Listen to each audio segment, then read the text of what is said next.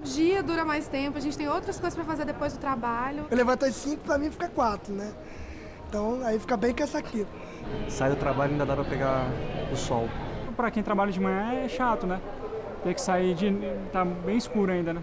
Eu odeio o horário de verão. Todo mundo reclama, mas eu adoro. Todo ano é a mesma coisa. Basta começar o horário de verão para a população se dividir. É assim desde 1985, quando a medida foi adotada em definitivo pelo país. O brasileiro pode até não gostar, mas a maioria sabe que entre outubro e fevereiro vai precisar se adaptar a uma nova rotina, ditada por um horário artificial. Pelo menos se estiver no sul, sudeste ou centro-oeste, que durante 4 meses vivem 1 hora à frente do norte e nordeste. O que o sistema, o governo quer, né, é evitar uma sobrecarga, né, na transmissão de energia, uma sobrecarga nas estações, ou seja, evitar uma utilização demasiada, né, e com um pico muito próximo num determinado horário. Isso poderia destabilizar o sistema. Na prática, 65% da população são obrigados a adiantar o relógio, mas os efeitos extrapolam essa exigência. O expediente bancário no Norte e Nordeste, por exemplo, acaba sendo antecipado para que as agências do país inteiro funcionem na mesma hora. A programação de TV também muda. Durante o horário de verão, algumas emissoras chegam a atrasar a exibição de produções nacionais para que as locais entrem no ar na hora de sempre.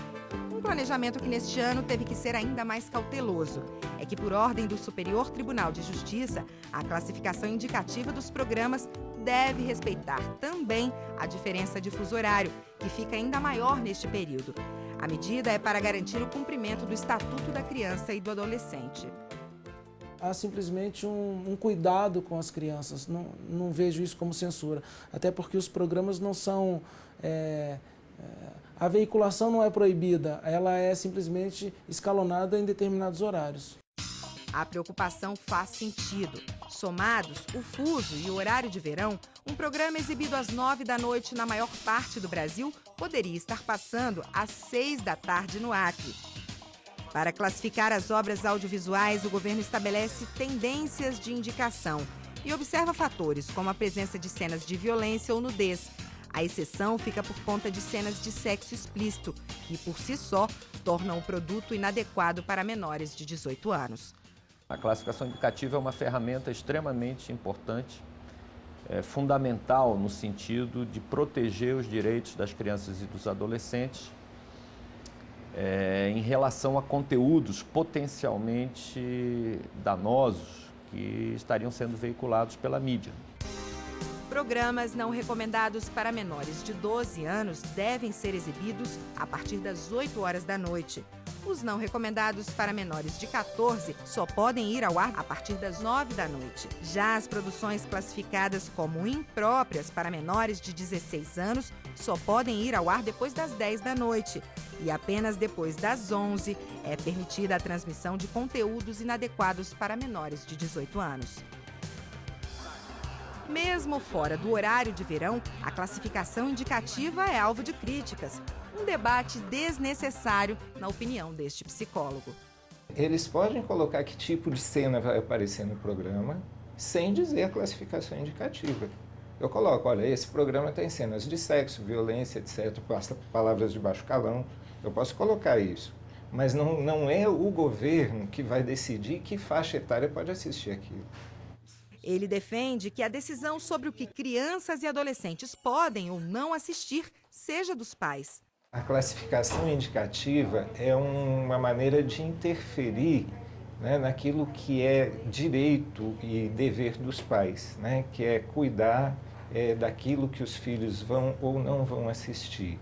Um levantamento encomendado pelo Ministério da Justiça constatou que em mais da metade das casas brasileiras não existe qualquer controle sobre o uso da televisão.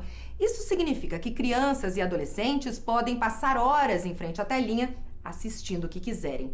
Mas toda essa liberdade passa bem longe da família de Elisângela. Ela nunca se descuida das escolhas feitas pelo filho Rodrigo. Sempre que possível, eu dou uma olhadinha, escuto o que ele está ouvindo.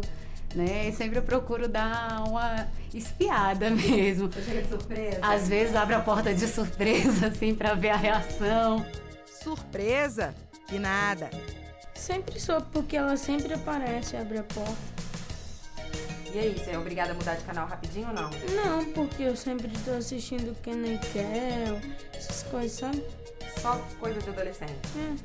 Mas admite, quando a farra é na casa dos amigos, a história é outra.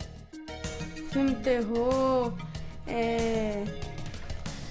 pornografia às vezes, mas quase nunca. Mais filme de terror. Elisângela não se abala e garante que dentro de casa a fiscalização vai continuar.